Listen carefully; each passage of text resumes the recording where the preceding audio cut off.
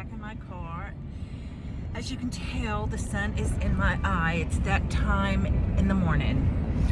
I was going to go ahead and start where I left off yesterday, and I believe where I left off yesterday was,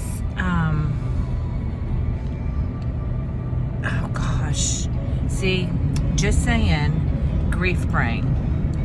This is grief brain. This is what happens when you lose a child. You lose your memory. You get discombobulated all the time. There's so many things. What I believe where I left off was how my 17-year-old son, no, I did tell you about my 17-year-old son. Or if I didn't, I will now. How they went in and he went to the hospital and he sees his brother, and his brother is gone, and he's not looking. It was a horrible sight. Although I didn't see how bad it was when we were on the ground, when I, insisted on seeing him later. It was a bad scene, and I can just imagine how horrible it was for my son to have seen that. Anyway, as you can imagine, what this 17-year-old went through was just horrible. Just the loss of his brothers, having to take care of his mom who is bedridden, and having to take care of his little brother because I couldn't get out of bed. And so when he goes to his brother's friends, and they're reminiscing, and they're in Houston. So he drives a couple hours to go there, and he first calls me and tells me where he's going to be, and that was with one of his brother's ex-girlfriends, and she assured me how they were going to take care of Hunter. He was going to be great. They were so excited to see him, blah, blah, blah. And he calls me when he gets there, and he says, Mom, he said, she's on some drugs, and he said some bad stuff, and he said, I don't think I'm going to be able to stay here. He said, I'm going to stay with another friend. So he went to his other friend's apartment, and he lived by actually another one of Billy's friends. And so Hunter decides to stay there for a few days and visit.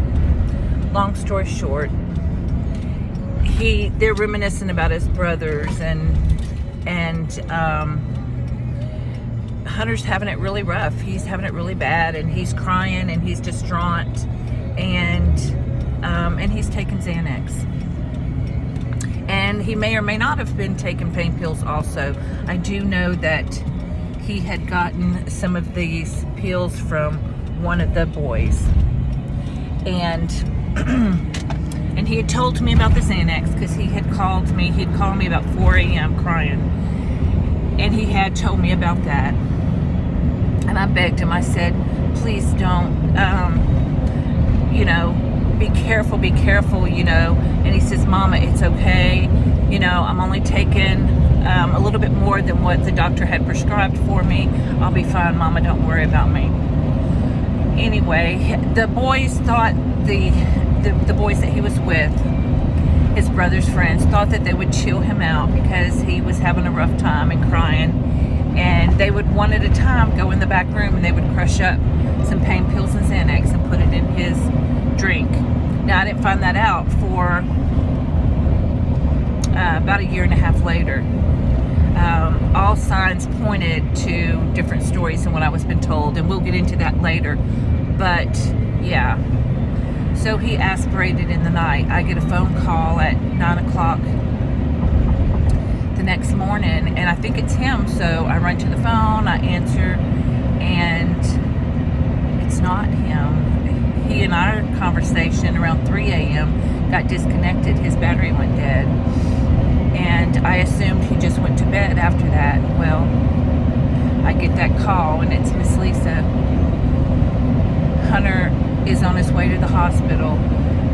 When I got up this morning, the kids were telling me I got up and he had foam coming out of his mouth, and he was not responsive. So Andrew gave him mouth to mouth, and we tried to wake him up. He wouldn't wake up. We called 911. They put the paddles on him and brought him back to life. They're on the way to the hospital. Now, this is about a 2.5 hour drive from where I'm at. And it was just, oh my God, my husband literally freaked out when we get this news. I'm freaking out.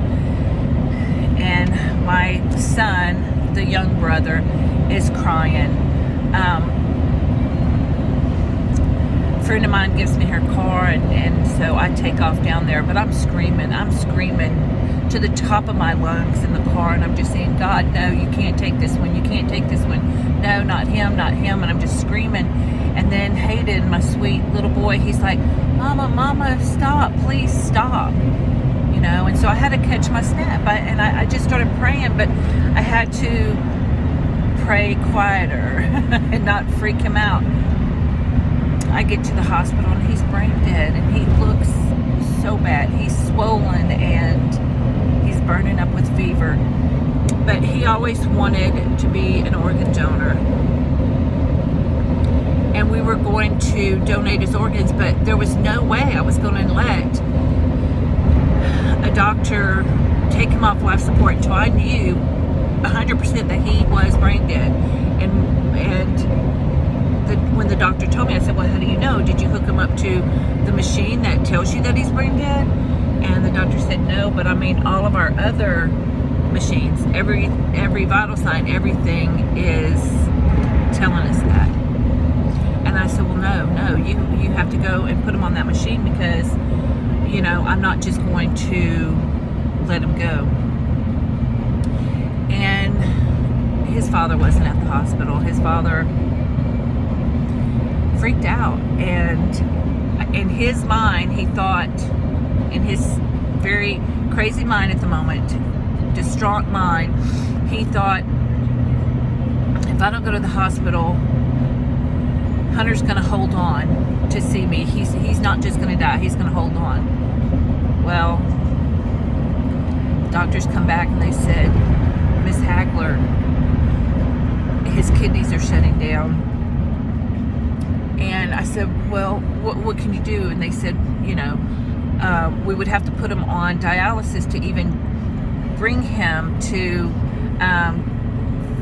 get that test on your brain. It says if there's any brain waves left. And they said they would have to move his bed to another area for the dialysis, and he just wasn't strong enough. Anyway, long story short, the doctor said, Miss Hagler, if we don't take him off of the machines soon, we won't be able to use his organs, because he was burning up with fever. And I just couldn't do that until my husband got there. So although he did get to donate his eyes and a lot of wonderful things, he wasn't able to donate his heart or lungs or anything that I wish he could have, but I just couldn't do it then. And even then, it was so hard, because I had told my son that he wasn't going to lose another brother, that Hunter was going to be okay. And we get to the hospital, and when I'm crying, he's like, Mama, why are you crying? You know, Hunter's going to be okay. Isn't he? Hunter's going to be okay. And to have to look down on him, at him, and tell him no, that Hunter was not indeed going to be okay, that he was going to go to heaven to be with his brothers. It was horrible, and I wasn't sure how to let Hayden know that or see that. And he said, Mama, y'all didn't let me, I didn't get to go see my other brothers before they died. I want to see Hunter.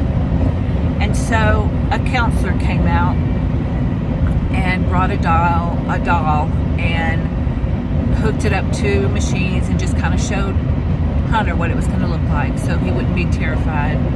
Anyway, it was the saddest thing. He goes in there and he tells him how much he loves him and how thankful he is that he taught him how to play football and that he's done all these wonderful things for him. And he just tells him everything he wanted to tell him. And he tells him, don't go with Bubba and Bill. Stay with me. I need you.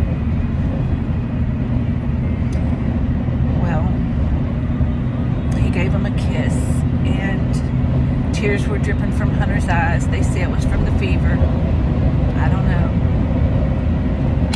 And Hayden walked out with his cousins. He grabbed the football. He took off running down that long corridor in the hospital, and that boy has not stopped running with that football since. Hunter's one of his very best friends and his father watched as we took him off of life support, and it was so gut-wrenching.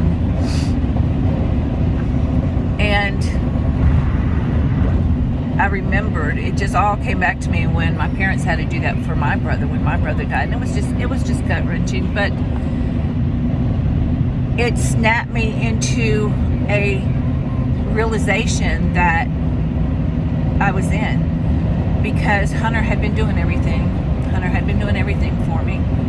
He'd been taking his brother to his practices and his games and to any fairs or, you know, fun stuff, and he was just being that brother to him, and now he's gone, and I'm gonna have to get up out of bed. And my husband, as you can imagine, he just absolutely lost it. A man feels like they're responsible for their family. They have to protect their family, and as you can imagine, when all of this happened and he's feeling worthless and that he can't do anything, he too becomes suicidal, and he starts self-medicating. It wasn't long that I found him in a horrible state in the bedroom, in convulsions, and going through what appeared to be an overdose, and it was. I rush him to the hospital. I get him to the hospital, and they did save my husband. He went in the hospital. He was in the hospital for quite a while, and when he got out, he was angry.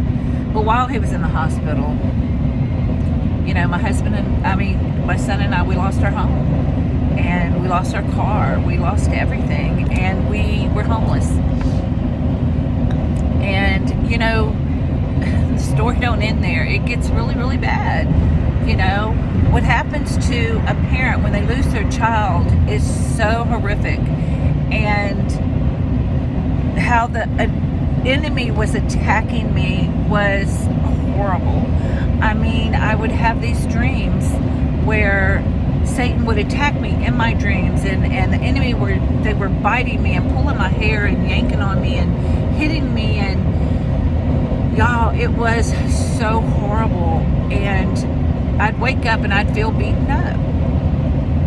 But how I would get them to stop is, I remembered my grandmother used to tell me when I was a little girl, you know, when I'd have nightmares, she said, you call out the name of God, you call out Jesus' name, and you start yelling Jesus' name, and Satan has to flee. He has no dominion over you. He has to flee. You tell him to leave you alone, and you plead his blood over you, and that's what I did. And I'm in, you know, this dream being beaten up, but I could feel it, and I'm screaming and I'm crying and I'm saying, Jesus, Jesus, Jesus, and I'm pleading his blood. I plead your blood. I plead your blood. And Satan had to leave and take his little demons with him. But this would happen to me quite often, and the enemy was around me, and it was so bad, and I got to where I did not want to live. I didn't want to be alive. However, I had this sweet boy, this wonderful, sweet, sweet boy, Hayden, my youngest son, who was, you know, who was going through so much. He just lost his 3 best friends, his brothers who spoiled him rotten. He lost his father to the streets for a while, going here and there and yonder, and he lost me, how he knew me.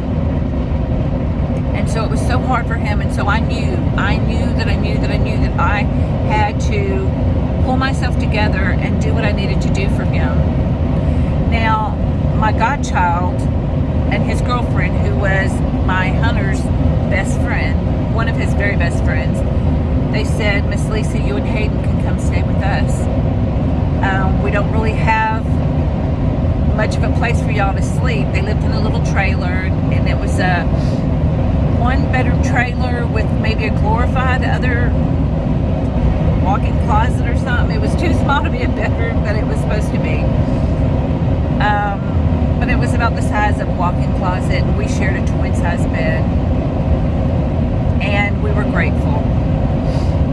And so, you know, I was accustomed to living in a big house, swimming pool, hot tubs, you know, new cars, and those things, and at one time. And so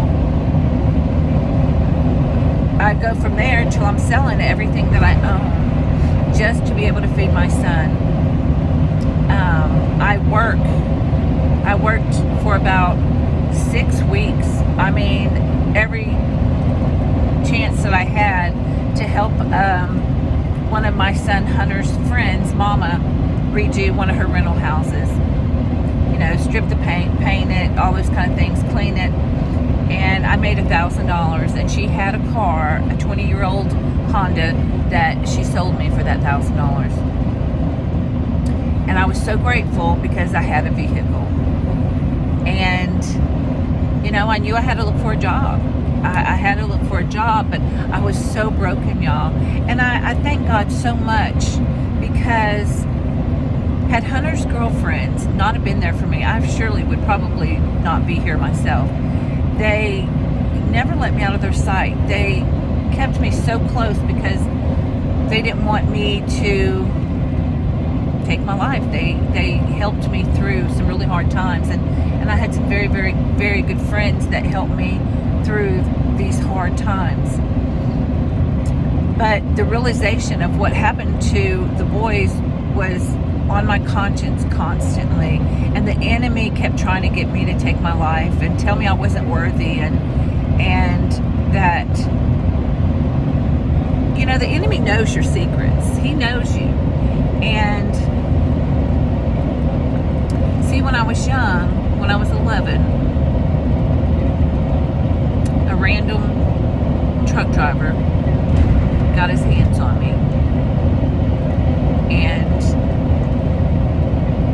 abducted me and did horrible things to me and almost killed me. But I survived, and my parents brought me to the emergency room, and I remember overhearing the doctor telling my parents that I would probably never carry a child full term, that my insides were messed up. And I did. I miscarried my first pregnancy. I've had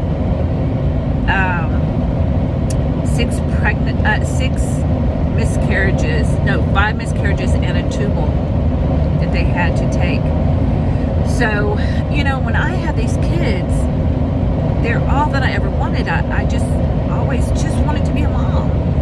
And I put my whole world, my whole life, all my energy into these kids. I adored them.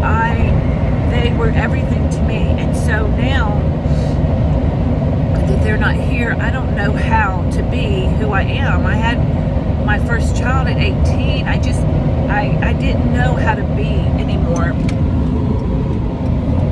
But I had to figure it out. And so I'm about to pull up to work, but I'm going to talk to you a little bit on my next video about the enemy and how he was attacking me, but how awesome God was to come my way. He kept sending messengers to tell me I was going to be okay. But, you know, when you're in the state that I was in, there ain't no sense in even thinking about faith, because faith just kind of fell out the window, because I didn't have faith in God, because I felt like surely I was being punished for something horrible that I had done in a past life or something. Because who loses 3 children in 2 years? Who does that? Well, it did happen. And last year, my sweet stepdaughter was found hanging in a shed, her boyfriend's friend's shed. Her mom and sisters said it looked like foul play. Everything pointed to foul play, but they ruled it a suicide. And sorry, y'all, trying to park. They ruled it a suicide. I'm not very good at this parking thing. And so my sweet girl's gone. So Hayden is all I have. Now he is enough. He is definitely enough. And I am so lucky to have that boy. But he is all that I have out of the 4 boys. And so as you can imagine, he is the love of my life. And we'll start here tomorrow. I love y'all so much. I'm praying for you, mamas. If you come on here, like my page, subscribe to my page, and invite anybody that you think would benefit from this. Any parents that have lost a child. I love you. Bye-bye.